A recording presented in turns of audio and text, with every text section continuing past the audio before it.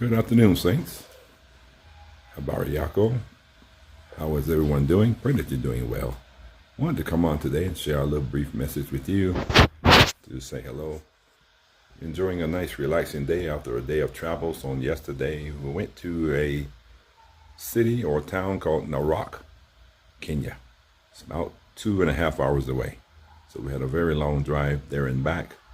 Met some very interesting people and even came with some great ideas about how we can assist some of the common day laborers with some business investments. So we'll be sharing more with you about that in the upcoming weeks. But it really helped me to realize, and also my host, my family here, Sarah, was also surprised to learn about some of the conditions of the daily workers.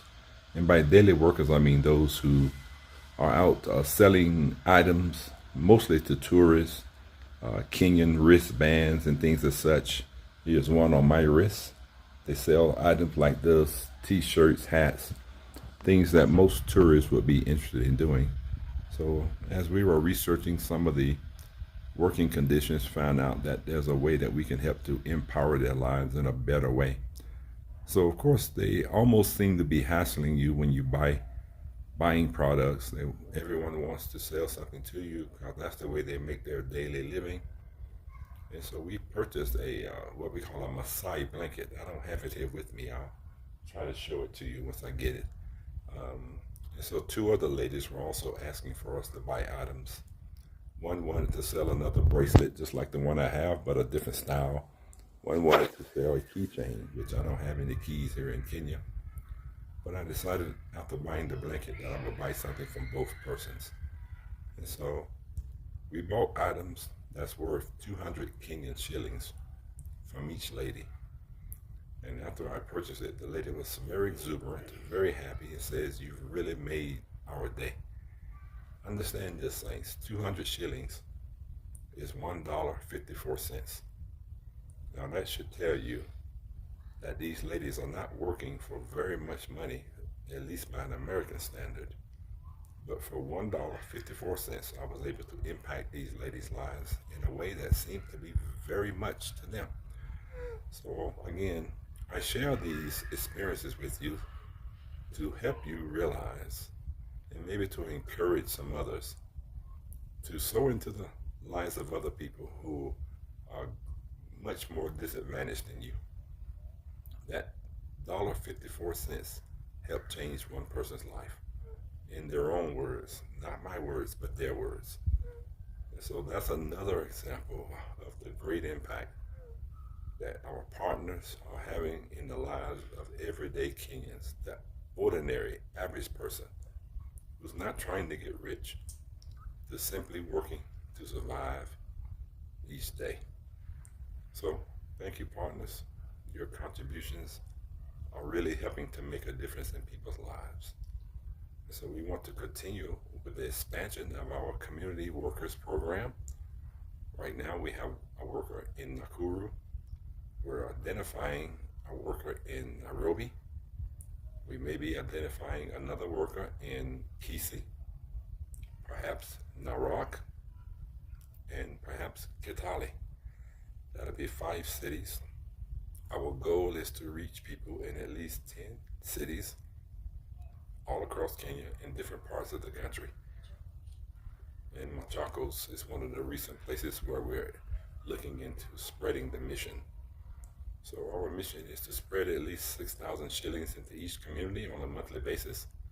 And we'll evaluate how that money is spent, whether there's a need to increase it, depending on how great the need is in these areas. But it's a real blessing to be able to know that we're able to impact the lives of the ordinary Kenyan citizens who are simply trying to survive with the basic needs of life: food, clothing, and shelter. Not looking to buy cars, big houses, and fancy clothes, just want to survive. And so your gifts and contributions are helping people not only to survive today, but we're working to invest in their lives, whether they can have sustainable opportunities to have a regular income for themselves. So we want to work with ladies like these two ladies as we have already done with some in Nairobi and looking to do the same in Nakuru by investing in certain businesses. Allow them to work the businesses and we split the profit 50-50. They get half of the profit. Half of the profit goes to support our mission organization, which will continue to provide these same opportunities to others. So again, the little that you give goes a long way here. And so one of the things that I'm really looking forward to is being able to establish our missions base, which will allow us to help house, support, train, and equip our mission workers, because they're really laboring very much in the field. They're coming across lots of people with many needs. And so they need time to get away from the mission field to get refreshed in order to be energized to go back into the mission field to do the work effectively. So that's part of what your support is doing. Our mission compound will comprise of 5 guest cottages, a main cottage, chapel, walking trails, landscaping, all contained in our self-compound. In addition, we hope to expand our compound to include vacant lots for those who are visiting through our mission trip, those who want to live in Kenya on a semi-permanent basis, or just visiting for whatever time. You'll be able to stay at our property and enjoy community and relaxation while you're here with us. We want to be your home away from home here in Kenya. So stay tuned to our YouTube page, Facebook page, find out more information about that. Now, you'll see lots of videos on YouTube and other platforms that talk about Black Americans who have moved to Kenya or want to move to Kenya or Africa in general. But let me speak specifically about Kenya, since that's the country that I'm in. So you'll find people of all different ages, young people in their 20s and 30s. You'll find married couples. You'll find older couples. You'll find single people traveling solo, they call it. And everybody has their own reason for wanting to move to Kenya. Now, my mission, reason, is mainly mission-oriented. I felt a call of God to serve the most vulnerable people, not only in Kenya, but around the world. But I was sent here to Kenya first to establish missions and outreach that will help the most vulnerable persons. And by most vulnerable, we mean those who are unemployed or underemployed, specifically the elderly, maybe age 60 or 70 and above, and the young people who are orphans or don't have family to take care of them in a proper way, school fees and such. So we're looking at lots of options for education, mentoring for young people, looking at opportunities for people who are older to have food and house help to help them to maintain a healthy household and lifestyle. And for those who are middle-aged and unemployed, we're looking to generate businesses that will create job opportunities for them.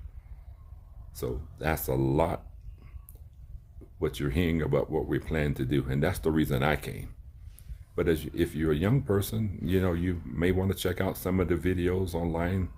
If you're into the night scene and restaurants, and then that's not really what my channel is designed for. My channel is mainly designed for particularly those who are in retirement or approaching retirement, and they want to find a place where their dollars will go further. And so I'm going to be talking specifically to that demographic of people on my channel, and I can still touch on some of the other demographic groups and answer questions that you may have related to housing, transportation, food cost, and things as such. So feel free to write me a message or comment section. I'll be more than happy to respond to you. But as it relates to the 55 and up group, that's generally the demographic that I called to offer these affordable housing or maybe even travel opportunities to. We hope to be able to sponsor at least one person for an expense-paid trip to Kenya. Airline, housing, accommodations, food, everything. As God lead us in the direction of how to go about that, we'll be posting more information.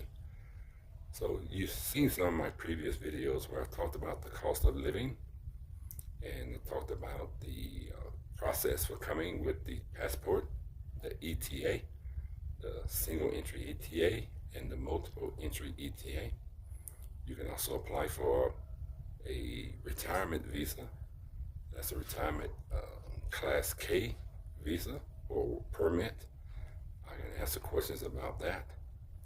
But generally, let me give you an idea of the cost of living for a single person or a couple.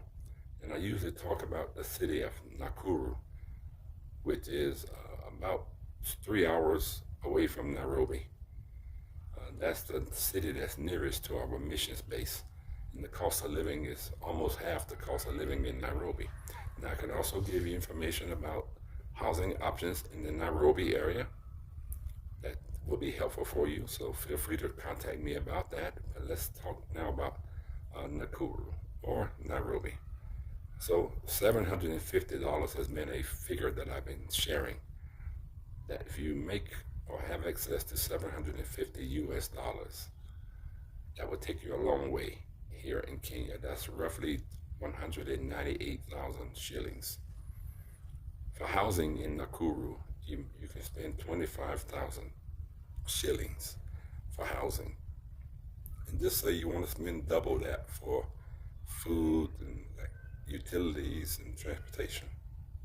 So let's say you spent 50,000 shillings. If you had 750 US dollars, you still have 146,000 shillings to spend for the rest of your time, investing, saving, outreach, whatever. So you have plenty disposable income. Now that's what's exciting about coming to Kenya. In America, $750 would not go far. For those who own their homes, that's your utility bills. For those who don't, that's less than what rent costs back home. So you need to find ways to spread your message, spread your funds to us. Don't worry, that's just my daughter walking across the room, interrupting my video. Don't worry about that. That's okay. We laugh and let's enjoy life here. But yeah, these are opportunities that you can have to begin a new life, come temporarily to Kenya. Whether you want to come during the winter months, which I've been putting information out there. I see that we have a very harsh winter on the East Coast.